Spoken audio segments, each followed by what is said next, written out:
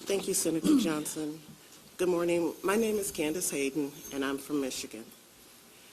I received the Moderna vaccine on March 2nd and the second dose on March 30th. On April 18th, I had a typical day, swimming, running, and gardening. I was beginning the training for my next triathlon. At 7 p.m., I turned to my left and felt an odd pain under my shoulder blade. I took a step and my right leg buckled slightly, but I didn't think anything of it. I continued with my day. And then around midnight, I went to stand and both my legs buckled. I was suffering from severe paresthesia and was partially paralyzed from my chest down. During the 26-day hospital stay, I had 6 MRIs, 2 CTs, a TEE, a spinal tap, and several blood tests.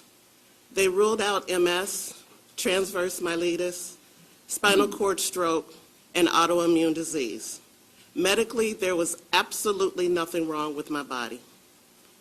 After 7 days, the medical team prescribed an aggressive dose of steroids that resulted in no change. I started inpatient therapy after 17 days, and I was released from the hospital on May 14th with no concrete diagnosis. The head of my medical team told me that I should get used to being handicapped. I started and am still in outpatient therapy, and on May 21st, I visited my primary care doctor as I was instructed, who told me that she couldn't offer me anything, but if I needed her, to give her a call. My medical team at the hospital refused to associate my condition with the vaccine, and I continually asked them to report to VAERS, but I don't think that they did. It defies my imagination that we can find each other. But the medical community refuses to draw the lines and recognize that people are suffering similar adverse side effects. Case in point, I was able to locate another patient in the hospital that I was in with similar symptoms, brought it to the attention of my medical team, and they refused to even speak to that patient's doctor. I don't have a spouse, nor do I have young children. In one respect, I'm truly blessed from my family not having to have to suffer. But it leaves me isolated and lonely, as my interactions with others is limited. This is far worse than COVID lockdown. Before this, I was healthy, I was active, and self-sufficient. I fear my diminished quality of life is my new normal. Will I ever run again? Will I ever ride my bike? I would give anything to get in my car and just drive it. My greatest fear is for others like Maddie, the children, those that are younger that don't have a voice, that can't tell you how they're feeling, that don't understand why their legs are no longer working. I am pro-vaccine. I am pro-science, and I understand the vaccine is for the greater good. However, I also understand that we represent a small portion experiencing negative side effects. We trusted science, and we did our part. As a result, we are now synonymous to wounded soldiers who should not be left behind. We are asking to be seen, we are asking to be heard, and we're asking to be believed. Thank you. Hi, I'm Christy Dobbs. I do really appreciate you all being here today. It means a lot to us. And Senator Johnson, Senator Johnson, thank you so much for your willingness to have us here so that my voice can be heard, but not just mine, but thousands behind me.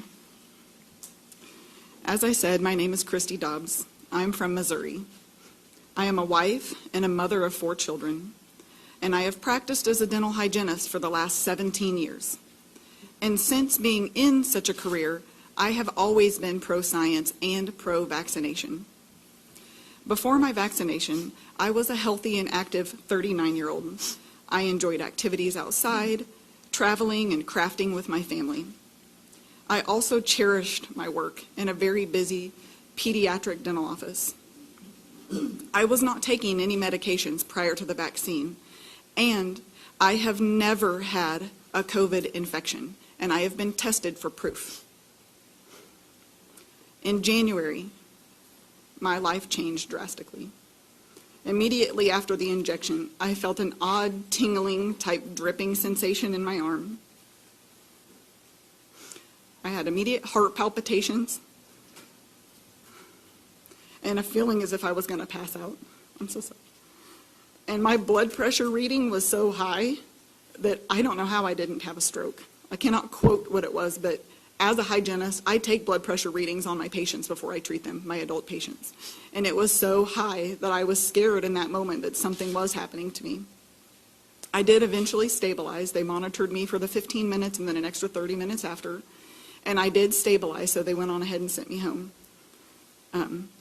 When I got home, I felt a little, woozy, a little dizzy. The next couple of days, I just had a headache and just kind of that feeling of unwell, all of the things that I had signed up for to get the vaccine. But it was 3 days later that my symptoms increased and accelerated. I had a sharp stabbing pain in my scapula area that was just this intermittent, like a knife stabbing pain.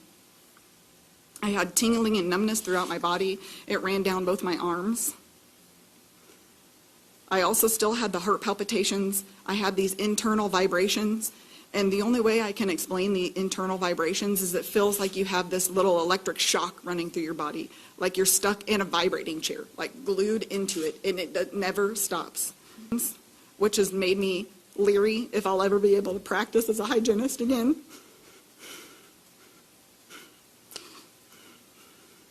And like Cheryl, I am so fearful that I may have some sort of neurological issue after this with Parkinson's. They have ruled out MS, but again, they have not told me that I have anything. They can tell me what I don't have. I have swollen lymph nodes, brain fog. I had brain fog so extreme that I would be having a conversation with someone and I would black out. Try to come back to that conversation and nothing was there. Swollen lymph nodes, muscle weakness, unexplained skin rashes. I had convulsions and nighttime seizures. I had to have my 6-year-old daughter wake me up from a fit in the middle of the night. No 6-year-old should have to do that for their parent. I have also experienced thick, clotting, heavy menstrual cycles. I was so afraid that I literally, and I have it with me, I prepared my will and my obituary for my family because I didn't think that I would wake up to the next day. I have reported my symptoms to VSafe, VAERS, CDC, FDA, Pfizer. I have also sent information to 2 very well-known research institutes, and I have also reached out to prestigious universities. I've been dealing with this for 5 months. These past 5 months, my severe neurological reactions continue to plague me. Every day feels like I'm trapped in the movie Groundhog Day. I go to sleep praying, thinking I'm going to wake up the next morning and be better. And I'm not. I've had multiple tests, more than any person should have to go through this time in their life. I have had x-rays, blood work, MRIs, CT scans, ultrasounds, EEGs, and more. To date, the medical community has still remained baffled and unable to restore my health. I'm scared and frightened for my future. So I do have hope, and this is why I'm here today, speaking out. This is not an easy thing to do, guys. But I hope that our conditions will be researched and studied. I hope that we can find a solution and a pathway to health. That's all we want. I would give anything. I would give my whole life savings if I could go back to January 17th and never to have had to experience this in my life. And 3, that those that are suffering and that those that will come behind us, because the vaccine is still rolling out, that they will benefit from us coming forward and speaking today. We have suffered long enough. I think that we do deserve this time that you've given us today, and we are so gracious that you've taken your time to be here today. But we do deserve to be seen, which you are seeing us today, and heard, you're listening, but we need to be believed. That is the biggest issue. We just want you guys to believe that this is real. We are real Americans. We are real people experiencing these side effects. So I thank you for doing just that today. Real close, Stephanie. So we can hear you. All right. So first, thank you, Senator Johnson, for the opportunity to share Maddie's story, and to all of you for your willingness to listen. This isn't easy for me, and this has been very clearly emotional. So I'm going to read what I've written so I don't lose track. My name is Stephanie, and this is my daughter, Maddie, and we live in Ohio. On January 20th, Maddie received her second dose of the Pfizer COVID vaccine as a participant in the clinical trial for 12 to 15-year-olds. All three of our kids volunteered and were excited to participate in the trial as a way to help us all return to normal life. My husband works in the medical field, and I have a degree in electrical engineering. We are pro-vaccine and pro-science, which is why we agreed to let Maddie and her two older brothers volunteer for the trial. Before Maddie got her final dose of the vaccine, she was a healthy 12-year-old who got straight A's and had lots of friends. She had a life. She was energetic. She was not like this. Although she does still have lots of friends. Upon receiving the second shot, Maddie immediately felt pain at the injection site. And over the next 24 hours, she developed severe abdominal and chest pain. And the way she described the chest pain, and I quote, "It feels like my heart is being ripped out through my neck." She had painful electrical shocks down her neck and spine that forced her to walk hunched over. She had extreme pain in her fingers and toes. It actually made them turn white, and they were cold whenever you touched them. She had edema. So my husband immediately took her to the ER as instructed by the vaccine trial nurse administrator, which is what we were instructed to do. Her blood was taken for a renal profile and tested. She was checked for appendicitis, which she did not have, and given an IV with some medicine, then sent home. However, in the discharge papers from the Children's Hospital ER that she went to, the diagnosis stated adverse effect of vaccine initial encounter. This would be the only time that that was written in her medical charts, but it's in there. Over the next 2.5 months, her abdominal, muscle, and nerve pain became unbearable.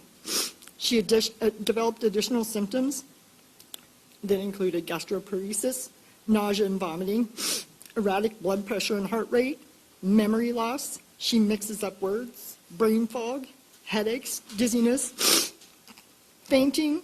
She fell and hit her head, and then seizures. She developed verbal and motor tics. She had loss of feeling from the waist down and muscle weakness. Drastic changes in her vision, urinary retention and loss of bladder control, severely irregular and heavy menstrual cycles, and eventually she had to have an NG tube put in to get nutrition. All of these symptoms are still here today. Some days are worse than others. Our greatest challenge came when her doctors began to consider an alternative diagnosis. Well, she really didn't have one before, so it was the first one. So, like everybody else, she had lots of tests, but not nearly as many tests as everybody else when she's a child. Why didn't they do this? All those tests on her.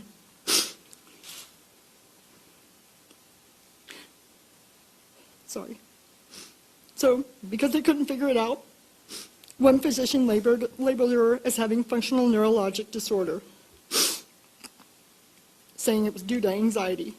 This concerned us, and we didn't agree with it because she doesn't have anxiety. Look at her. I mean, what 13-year-old can sit here calmly, okay, if they have anxiety or mental issues? At one point, They even tried to admit her to a mental hospital.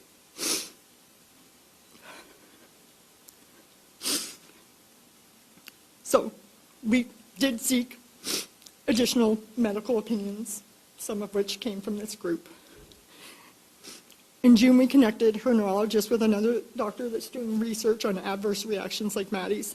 She was finally provided, but they finally gave her an MRI, did an MRI of her brain, an MRV, and a bunch of additional blood tests. It took 5 months to get that done. Over the past 5 months, Maddie has been to the ER 9 times and has been hospitalized 3 times for a total of 2 months in the hospital. What I want to ask, Maddie volunteered for the Pfizer trial. Why? Why aren't they researching her to figure out why this happened? So other people don't have to go through this. Instead, they're just saying it's mental. If anybody's mental, it's me. So today our journey as parents to help our daughter Maddie continues. All we want is for Maddie to be seen, heard, and believed, because she has not been. And we want her to get the care she desperately needs so that she can go back to normal. Why is she not back to normal? She was totally fine before this. She did the right thing trying to help everybody else, and they're not helping her. Thanks.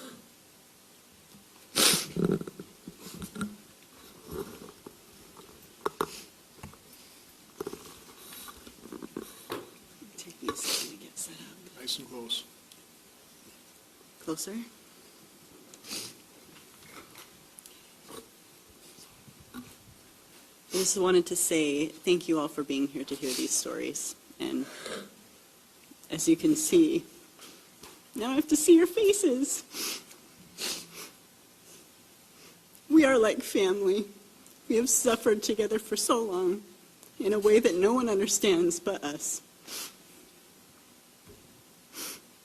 So we really do appreciate you taking your time to give us a voice, to give us this opportunity to plead our case. A huge thank you to Senator Johnson. He's been very kind and very generous with his time. I also want to say thanks to Senator Lee, my home senator, and his staff for their compassion and for taking our concerns seriously. And they're actively working with us to help us find a solution. My name is Brianne Dressen. I am a preschool teacher in Utah, and I am a mother of 2 small kids. Like everyone else here, I am a strong supporter of science, and I have always believed in the importance of vaccines. I was so confident in this that I enrolled in the phase 3 clinical trial here in the United States for AstraZeneca. Within minutes of my first shot, I felt tingling down my arm, and by that evening, my vision had become blurry, and sound became distorted, and I developed hyperacusis, which is a sensitivity to sound. Within 48 hours, I landed into the ER, the first of many visits. My sensitivity to light and sound became so severe that I had to be confined to my bedroom alone in darkness and silence. Even brushing my teeth was painful.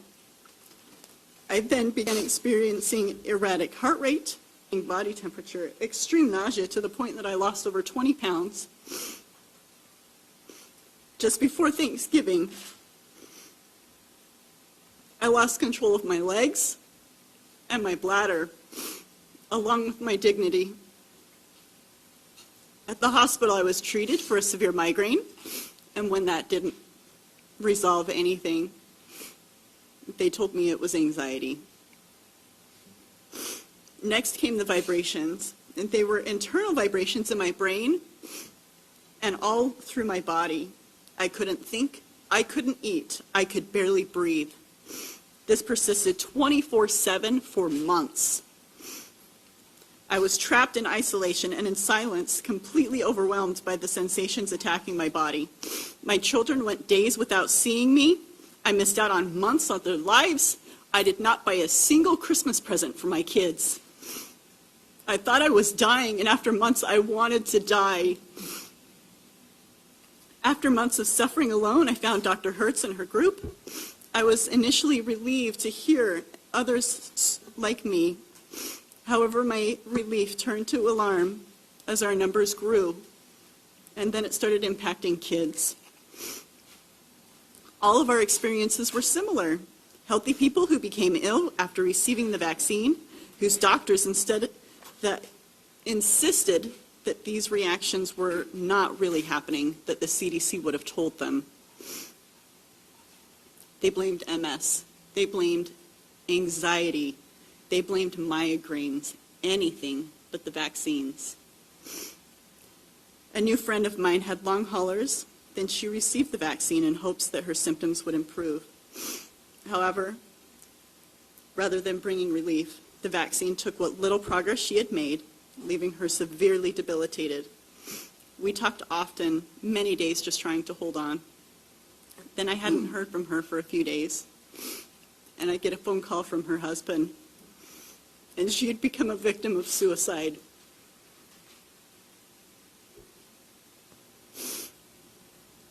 The human toll is real. This is not some benign reaction. This thing overtakes your body, and you have no choice but to hold on and hope that you survive. We have been robbed of our cognitive abilities, our physical abilities. We cannot work. We cannot care for our families or our children or ourselves. We are struggling to make it through each day, abandoned by our healthcare teams. We are the collateral damage of the pandemic. As you can see, I am recovering. I can walk. The touch of my little son's hand no longer feels like it's setting me on fire. The sweet sound of my daughter's voice no longer feels like it's attacking my brain. But I have a long way to go. I still am unable to work or care for my children. We had to refinance our home to hire a nanny. Before this, I took one medication, a thyroid pill, every day, and now I am on 9. And that's just to turn down the dial just enough to make the symptoms bearable. We all volunteered to receive the vaccine to try to help to end the pandemic, but now we are suffering. COVID has impacted all of us. For some, it has resulted in loss of life. For others, they are now long haulers, debilitated and suffering. There are long haulers who have got the vaccine and their condition improved. There are long haulers who got the vaccine and they stayed the same. And there are long haulers that got the vaccine and now they are worse. And there are some who never had COVID and are now severely debilitated and sick. This is us. We are part of the full picture. Please do not erase us. Please do not make us invisible. To the media, we need your help to start the conversation, to help us end the stigma surrounding the term COVID vaccine reaction. To the CDC and FDA, we desperately need you to communicate with the medical community what is happening. To our elected officials, we need help getting momentum for research for early intervention strategies so that when these patients do arrive in the ERs and hospitals, physicians will be equipped with the knowledge and tools to help us. To the medical community and to research institutions, please help us. Please hear us. Please believe us. Thank you.